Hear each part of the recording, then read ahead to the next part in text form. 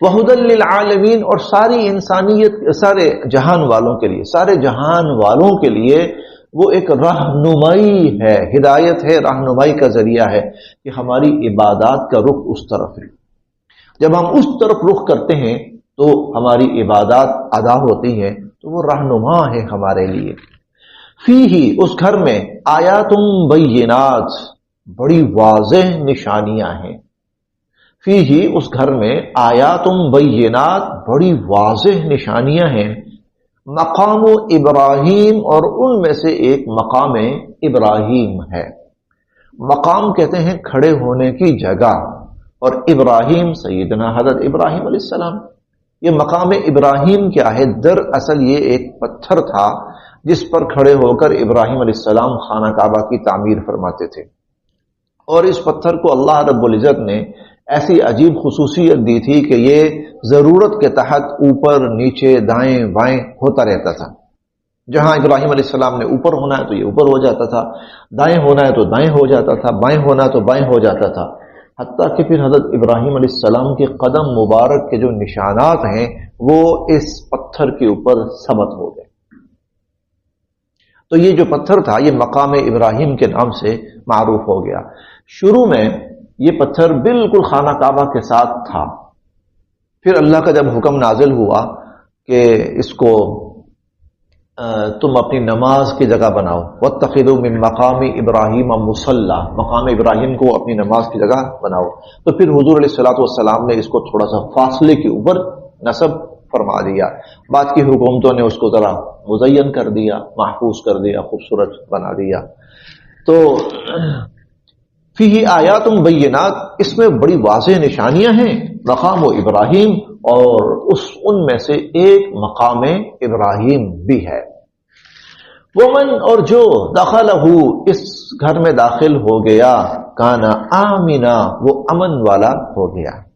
اس گھر کی برکات میں سے یا اس گھر کی نشانیوں میں سے ایک نشانی یہ بھی ہے، اس گھر میں، بیت اللہ میں، کسی بھی قسم کی جنگ، کسی بھی قسم کی لڑائی، کسی بھی شخص کو مارنا یہ ممنوع ہے۔ حتیٰ کہ قاتل اگر اس کو پکڑا جا سکتا ہو تو اس کو پکڑ کے باہر تو لایا جا سکتا ہے، اس کو مارا نہیں جا سکتا وہاں پر۔ انسان تو انسان، جانوروں کا مارنا ممنوع ہے وہاں پر، اور جانور تو بڑے جانوروں سے ہٹ کر حشرات الارض تک کو مارنا وہاں پر وہ ممنوع ہے۔ انسان بھی یہاں آ کر محفوظ ہو جاتا ہے پرامن، اور جانور اور حشرات الارض تک یہاں پر پرامن اور محفوظ ہو جاتے ہیں۔ ومن دخلہ، جو اس میں داخل ہو گیا، کان آمنا، وہ امن والا ہو گیا۔ صرف ایک دفعہ چند گھنٹوں کے لیے اس کے اندر انسان کو قتل کرنا حلال کیا گیا تھا، اور وہ رسول اللہ صلی اللہ علیہ وسلم کے لیے فتح مکہ کے موقع پر، صرف چند لمحوں، چند گھنٹوں کے لیے۔ وَأَنْتَ حِلٌّ بِهَذَا الْبَلَدِ، سورہ بلد میں ہم پڑھیں گے۔ پھر حضور علیہ الصلوۃ والسلام نے بہت تاکیداً فرمایا، آپ نے فرمایا کہ یہ جو اجازت تھی یہ مخصوص وقت کے لیے تھی، اب قیامت تک کے لیے اس کا جو امن ہے وہ بحال رہے گا، اور یہ حرم رہے گا، اور اس کے اندر کسی انسان کا مارنا اور اس کو قتل کرنا حرام رہے گا۔ ومن دخلہ کان آمنا، جو اس گھر میں داخل ہو گیا وہ امن والا ہو گیا۔ وللہ، اور اللہ کا حق ہے، وللہ، اور اللہ کا حق ہے، علی الناس، لوگوں پر،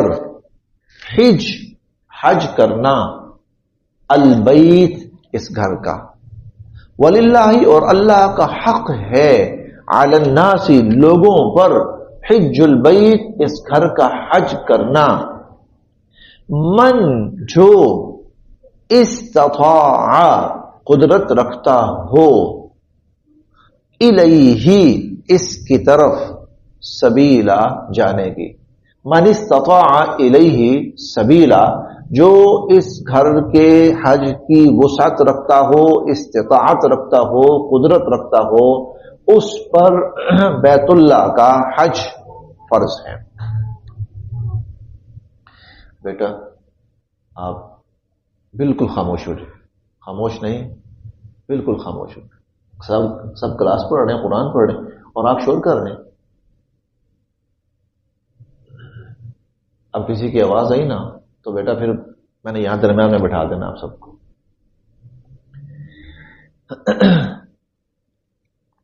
ہر مسلمان جس کو اللہ تعالی نے اتنے وسائل دیے ہوں کہ وہ خانہ کعبہ جا سکے اور خانہ کعبہ جا کر حج کر سکے، اس پر زندگی میں ایک مرتبہ حج فرض، ایک مرتبہ اس پر حج فرض ہے. یہ ہے مطلب وَلِلَّهِ عَلَى النَّاسِ حِجُّ الْبَيْتِ، اور اس کو اللہ تعالیٰ نے اپنا حق قرار دیا ہے، اور اللہ کا حق ہے لوگوں پر من حج البیت کہ وہ بیت اللہ کا حج کرے. اور جس پر ایک دفعہ لازم ہو گیا نا اب لازم رہے گا، لازم رہے گا. مثلا میرے اوپر حج فرض ہو گیا لیکن میں مصروف تھا، مصروفیت کی وجہ سے میں نہیں جا سکا.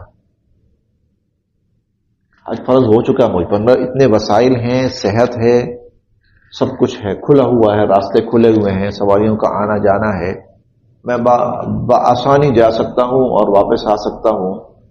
لیکن میں اپنی مصروفیت کی وجہ سے یا سستی کی وجہ سے یا کسی بھی وجہ سے میں نہیں گیا. آنے والے سالوں میں وسائل نہیں رہے میرے پاس، جیسے حج مہنگا ہو گیا، 2-2.5 لاکھ 3 لاکھ تو بڑے آرام سے ہو سکتا تھا، اب 15-20 لاکھ کا تو نہیں ہو سکتا، مشکل ہو گیا ہے. بہت سے لوگ کرنے ہیں لیکن بہت سے لوگ نہیں کر سکتے. پچھلے سال کوٹا نہیں پورا ہوا تو، لیکن مجھ پر فرض رہے گا. سستی میں نے کی، وہ جو سستی کی وہ میں نے کی، حج فرض رہے گا. تو جس نے زندگی میں، جس پر اللہ تعالیٰ کی طرف سے اتنے وسائل اس کے پاس ہوئے، استطاعت ہوئی کہ وہ حج کر سکتا ہے، حج کر کے آ سکتا ہے، ایک مرتبہ زندگی میں اس پر فرض رہے گا.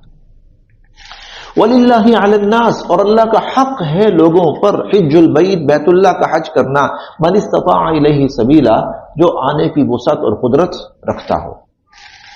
ومن کفر، اور جس نے ناشکری کی، ومن کفر، اور جس نے ناشکری کی. اب یہاں پر ناشکری سے مراد یہ ہے وسائل ہیں، جا سکتا ہے پھر بھی نہیں گیا.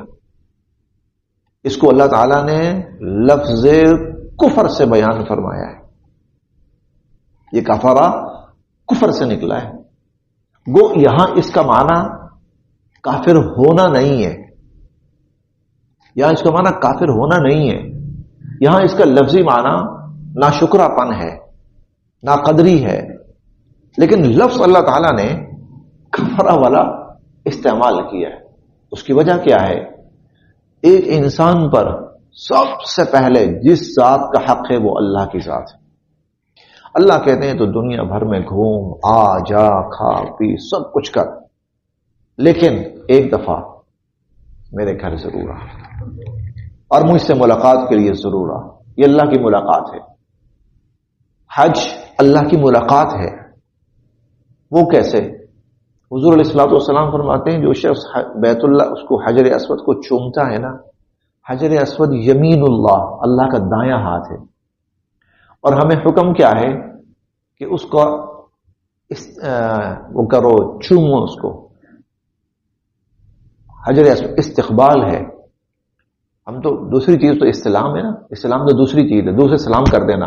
اصل استقبال ہے. استقبال کا مطلب چومنا ہے اس کو.